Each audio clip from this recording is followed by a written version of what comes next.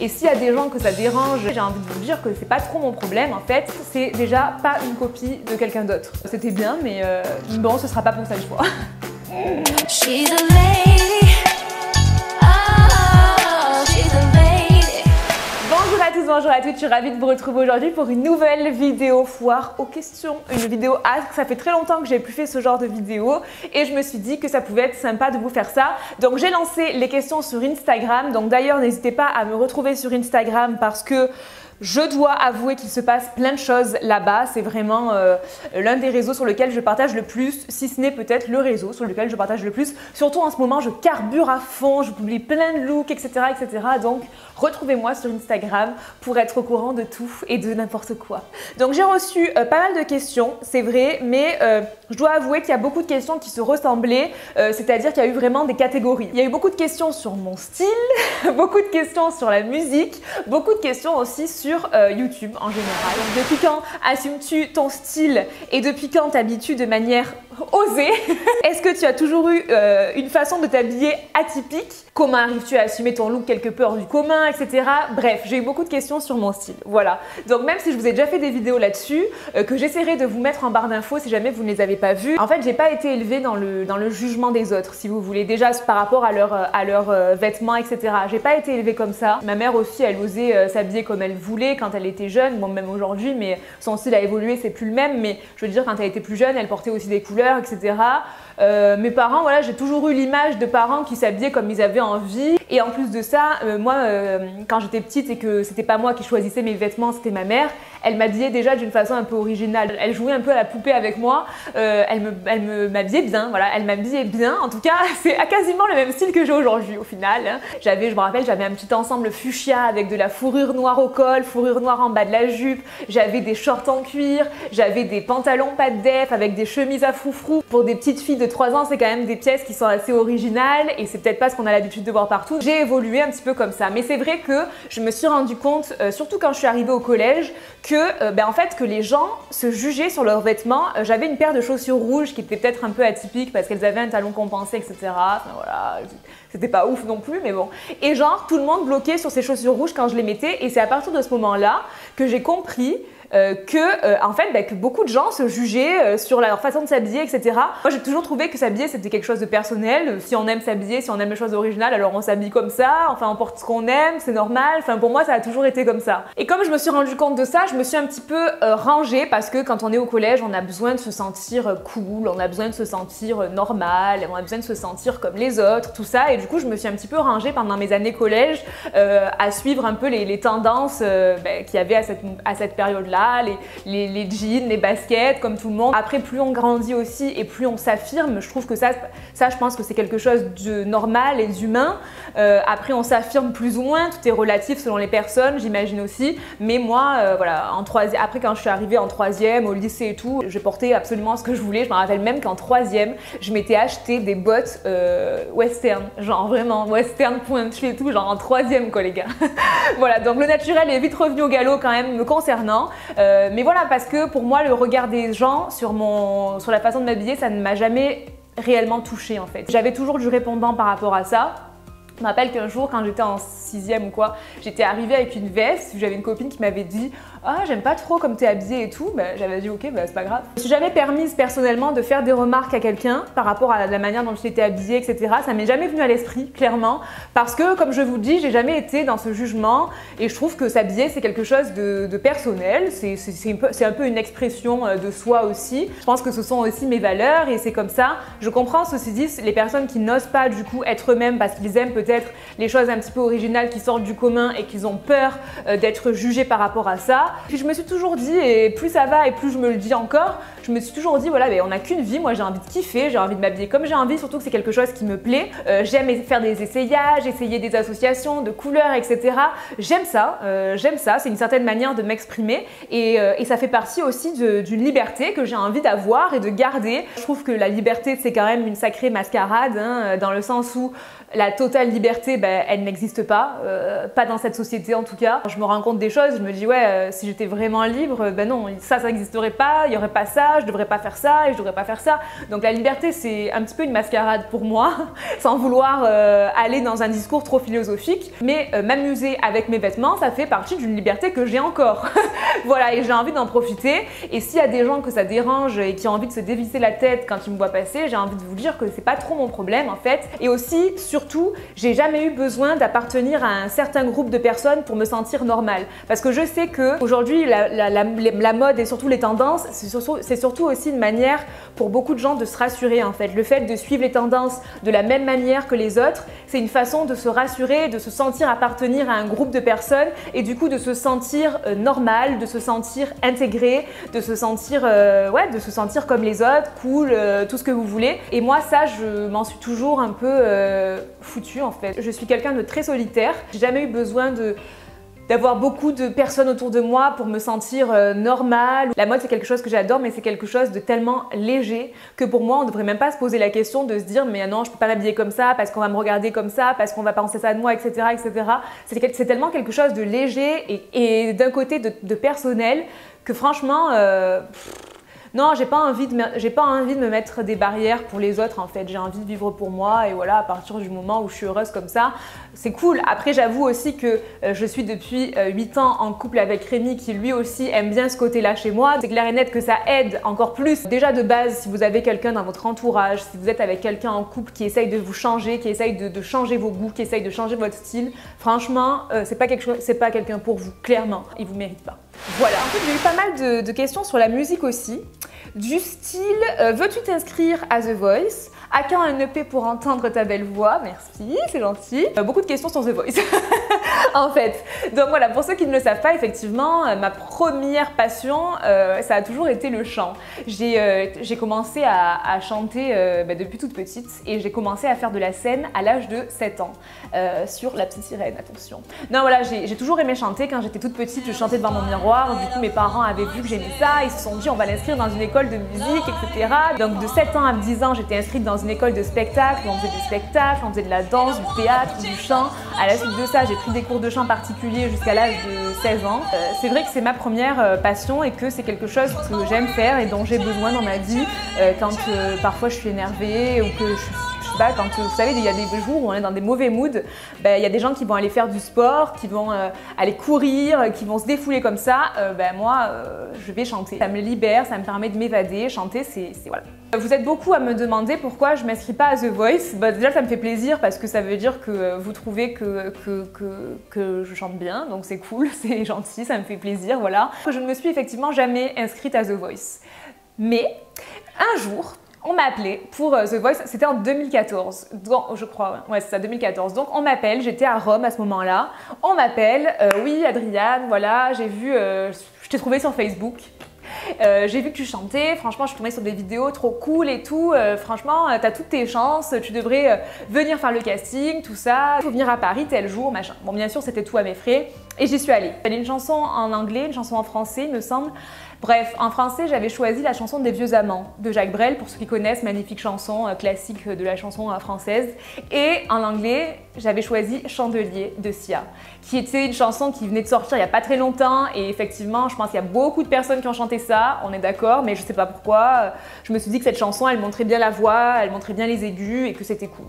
Donc je passe, j'attends, on attend, je passe dans les derniers, c'est-à-dire genre 20h30, 21h. Et du coup, j'arrive donc dans la salle, donc avec Laurent qui m'accompagnait. Et je commence à chanter, tout ça, puis il y avait quelques personnes, il y avait des hommes, 2 ou 3 hommes, je sais plus exactement comment ils étaient. Bref, donc il y en avait un qui était complètement avachi sur le canapé, je pense qu'il avait très sommeil, je sais pas. Un autre qui rentrait, qui sortait, voilà. On n'avait vraiment pas l'impression qu'ils m'écoutaient, mais je sais qu'ils font ça peut-être avec tout le monde, c'est une certaine manière de nous déstabiliser, et c'est fait exprès. Mais bref, je fais mes chansons, tout ça, et puis ensuite je sors et j'attends parce qu'en fait il donnait la réponse pour la prochaine étape du casting, il l'a donnée direct. Bref, du coup il y avait une fille qui attendait avec moi, qui était passée aussi parmi les derniers, donc ils viennent, ils lui disent bon ben voilà c'est un petit peu trop fragile, franchement tu devrais travailler encore un peu, machin, mais ça sera pas pour cette fois. Ok, elle part. Et là c'est à moi et on me dit oui bon ben toi... franchement, on n'a rien à dire, c'était bien, mais bon, ce sera pas pour cette fois. Alors moi déjà, faut savoir que quelques temps avant, j'avais déjà vécu l'épisode Rising Star. Alors ceux qui n'ont pas suivi aussi Rising Star, ça a été un truc de fou. J'étais allée jusqu'au bout du casting. C'est une émission qui a pas trop marché sur M6, donc au final c'est pas très grave, mais voilà. Et j'étais allée au bout du casting et au final, on m'avait rappelé, après m'avoir dit qu'on me prenait pour l'émission, on m'avait rappelé pour me dire que finalement c'était pas possible parce que mon histoire, en gros c'était ça, mon histoire n'était pas assez poignante. J'avais pas assez une histoire de vie qui était poignante pour la télé et tout, c'était pas ouf.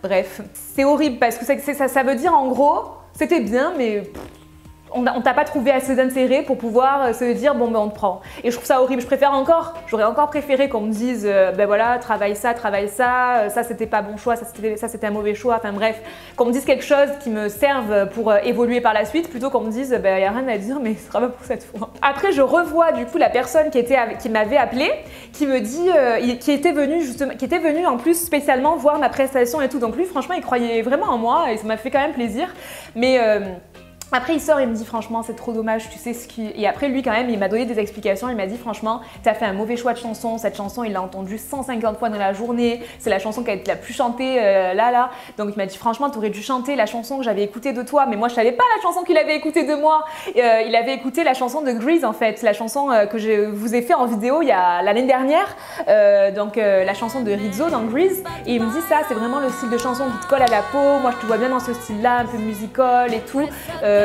Et c'est vrai que c'est ce qui colle le plus à ma voix en tout cas, je suis d'accord avec lui sur ce point là, mais moi je savais pas. Et bon voilà, du coup c'était pour vous raconter ma petite histoire The Voice, mais après j'ai pas retenté l'expérience. Chanter sur des plateaux comme le plateau de The Voice, c'est juste énorme et que c'est clair et net que ce serait un rêve de ouf. Après ça veut pas dire que tout est fini et peut-être qu'un jour j'aurai la motivation de revenir à nouveau. Faut se sentir prêt et voilà, c'est vrai que parfois ça me manque et c'est vrai que parfois j'ai envie de retenter des choses, donc peut-être cette année. Après je pense aussi parfois à chanter un peu dans des restaurants etc, c'est quelque chose que j'ai déjà fait quand j'étais plus jeune et je me dis que ça pourrait être cool de le retenter, de me trouver quelqu'un qui joue de la guitare ou qui joue du piano et de faire vraiment des trucs acoustiques et d'aller dans des bars, des restos etc. Je pense que ça me plaît beaucoup aussi, donc pourquoi pas, donc ça pourrait être quelque chose aussi à développer en plus de mes autres activités, mais c'est vrai que c'est quelque chose que j'aimais bien faire avant en tout cas. Quand on aime chanter, de toute façon on aime chanter n'importe où. Ensuite j'ai beaucoup de questions qui sont revenues sur YouTube. Qu'aurais-tu fait comme métier si YouTube n'avait pas existé? Peut-on vivre d'une chaîne YouTube en 2019? De futurs projets, et si YouTube s'arrête, tu te tournerais vers quel futur métier, tout ça. Donc voilà, vous m'avez posé beaucoup de questions par rapport à ça. Et alors écoutez, premièrement, déjà faut savoir que moi quand j'ai commencé à faire des vidéos, c'était en 2012, on ne vivait pas de YouTube. Non, ça n'existait pas, je crois pas. Je pense pas qu'il y avait des gens qui vivaient de YouTube, en tout cas pas en France. Autant vous le dire qu'il y a eu quand même des années avant que... même sans parler d'en vivre, avant que je gagne de l'argent par rapport à ça. C'est vraiment en 2016 que j'ai vraiment commencé à vivre de ça et raisonnablement, hein, je tiens à préciser. Effectivement, si j'avais pas eu l'opportunité de vivre de ça, j'aurais fait autre chose. Qu'est-ce que j'aurais fait? J'aurais certainement travaillé dans le commerce parce que c'était ce que j'avais fait comme BTS, le management des entreprises et tout, donc je pense que j'aurais continué là-dedans. Donc peut-être que dans un premier temps, j'aurais travaillé dans un magasin. Mon but, moi, c'était d'ouvrir mon commerce. Ça l'est toujours d'ailleurs à l'heure d'aujourd'hui, hein, voilà. Et si tout s'arrête du jour au lendemain, puisque c'est une question qui revient aussi, et bien sachez que j'ai des projets, encore une fois. J'ai le projet de créer ma friperie, j'ai le créé d'ouvrir mon propre commerce. Je pense que j'ai quand même pas mal de cordes à mon arc. Et puis surtout, toute cette expérience sur Internet m'a appris beaucoup de choses et m'a fait évoluer dans des domaines dans lesquels j'aurais pas cru évoluer, hein, comme le montage vidéo, comme le fait de gérer des réseaux sociaux. C'est quand même des métiers. D'ailleurs, ce sont des métiers différents. Et nous, quand on est créateur de contenu sur Internet, on touche à plein de métiers quand même en même temps. Donc, je dis pas qu'on est des professionnels de chaque métier parce que c'est faux. On a appris de nous-mêmes, donc forcément, on n'est pas des pros. Mais en tout cas, on touche à plusieurs métiers. Donc ça m'a aussi appris pas mal d'expérience et ça m'a montré qu'il y avait beaucoup de choses que j'aimais faire. J'aime le montage vidéo, j'aime la photo et ça c'est des choses que je savais pas à l'époque. Après pour la question est-ce qu'on peut vivre de YouTube en 2019, ce qui est sûr c'est que quand on commence, il faut quand même un certain laps de temps avant de se créer sa communauté, etc. etc. Et aujourd'hui, c'est quand même de plus en plus dur de se créer une communauté dans le sens où il y a de plus en plus de monde, dans le sens où les algorithmes, YouTube, Instagram et tout, ça a changé. Avant, c'était quand même plus facile, on mettait des vidéos, on avait quand même plus de visibilité, on était moins nombreux, etc. Je le vois, hein, j'ai évolué beaucoup, surtout les premières années. Après, ça s'est mis complètement à stagner. Mais c'est surtout les premières années que j'ai plus évolué parce que certainement il y avait moins de monde. Il y a plein de choses qui ont fait que, là, je pense. Mais ce qui est sûr, c'est qu'il y a un certain laps de temps et moi, je compte plutôt en années. Après, il y en a certains qui montent très vite, etc. Mais moi, je pense qu'il faut compter des années quand même avant d'avoir une communauté, avant de pouvoir vivre de ça, d'avoir des opportunités et tout ça. Donc voilà, mais après, rien n'est impossible dans la vie, hein, c'est toujours pareil.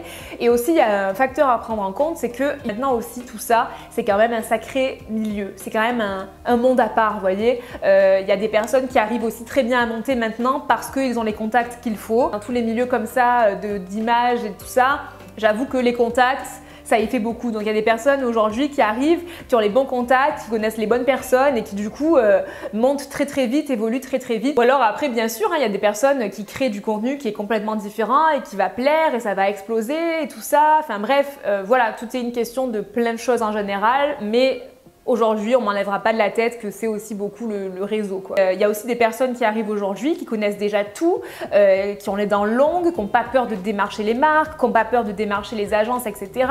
Et qui savent se vendre en fait, tout simplement, chose que moi perso, je ne sais pas trop faire. Donc du coup, il y a des gens qui arrivent à monter très vite, il y a des gens qui cartonnent, qui arrivent à se faire une place facilement en quelques mois dans ce milieu-là, parce qu'ils arrivent à se vendre. En vrai, je pense qu'il y a une grosse partie de tout ça.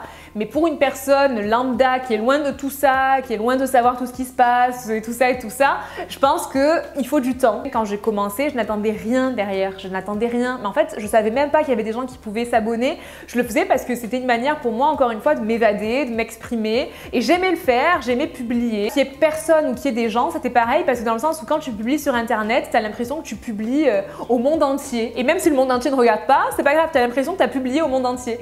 Et du coup, moi, ça m'allait comme ça. Je m'exprimais comme ça me plaisait de faire ça. J'ai même pas eu l'impression d'avoir persévéré ou quoi parce que je le faisais comme ça me plaisait. Et je pense que à partir du moment où c'est quelque chose que vous avez envie de faire parce que vous avez envie de le faire par passion, parce que ça vous plaît, parce que c'est un loisir pour vous et que vous n'attendez rien forcément derrière, je pense qu'il n'y a aucune raison pour que vous vous démotiviez.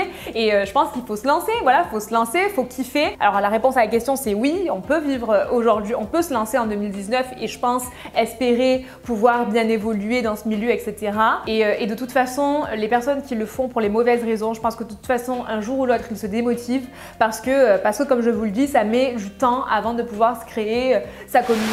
En parlant de ça, on m'a demandé quelle était pour moi une bonne influenceuse. Qu'est-ce que c'était pour moi une bonne influenceuse mode? Bon, pour moi, un bon créateur de contenu mode sur les réseaux en tout cas, c'est quelqu'un qui ose rester lui-même, quelqu'un qui est capable d'inspirer. Pour moi, en tout cas par rapport à ce que j'aime regarder, c'est quelqu'un qui apporte quelque chose de nouveau, qui est vraiment lui-même, qui a un style qui correspond à sa personnalité. Perso, aujourd'hui, j'en ai marre de voir des copies et des copies des Kardashian, des Jenner, tout ça. J'en peux plus. Elles existent déjà. Je pense qu'on n'a plus besoin de prouver que ce sont de grandes influenceuses dans le sens où, ouais, pour le coup, elles lancent des modes, elles lancent des tendances. Quand elles portent quelque chose, vous êtes sûr qu'après, toutes les filles qui sont fans d'elles vont porter la même chose. Donc pour moi, déjà, un bon influenceur mode ou peu importe, c'est déjà pas une copie de quelqu'un d'autre. Mais en réalité, je pense que chacun est unique en réalité, et chacun a quelque chose à dire, chacun a quelque chose à exprimer. Moi, je vous parle comme ça par rapport à ce que je recherche, moi, sur Internet, mais après, c'est mon avis à moi et on est tous différents et on recherche tous des choses différentes. J'ai eu aussi des autres petites questions comme ça, un peu uniques. Alors, as-tu déjà assisté à un défilé de Fashion Week? Aimerais-tu y assister? Donc oui, j'aimerais trop assister à des défilés à la Fashion Week, ça me plairait trop parce que justement, les défilés, c'est toujours là où on retrouve des looks très osés et tout ça, et c'est quelque chose que j'adore. C'est toujours très artistique et c'est quelque chose que j'aime beaucoup, donc j'aimerais beaucoup. J'ai déjà été invitée à quelques petits défilés, mais j'y suis jamais allée parce que je suis de Marseille et que ça se passe toujours à Paris et que j'ai pas forcément tout le temps l'occasion d'aller à Paris. Comment retouches-tu tes photos Instagram? Ça en fait, je vous en avais déjà parlé, je vous ai fait une vidéo spéciale Instagram.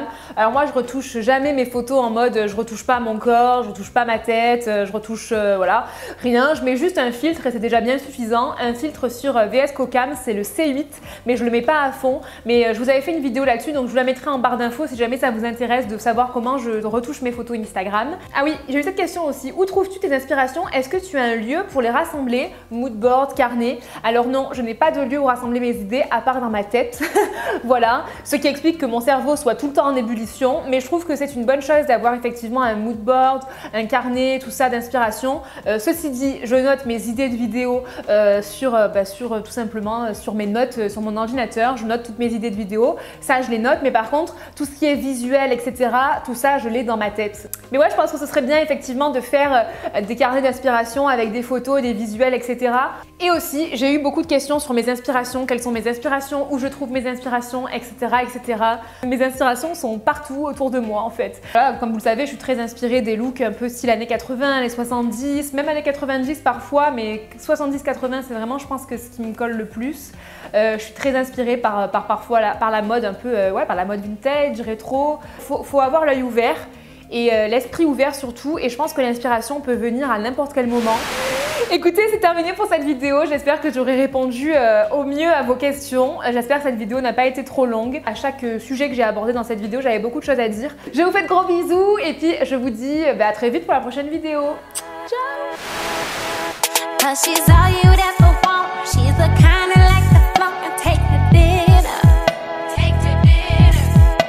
She always knows her place. She's got style, she's got grace. She's a winner. She's a winner. She's a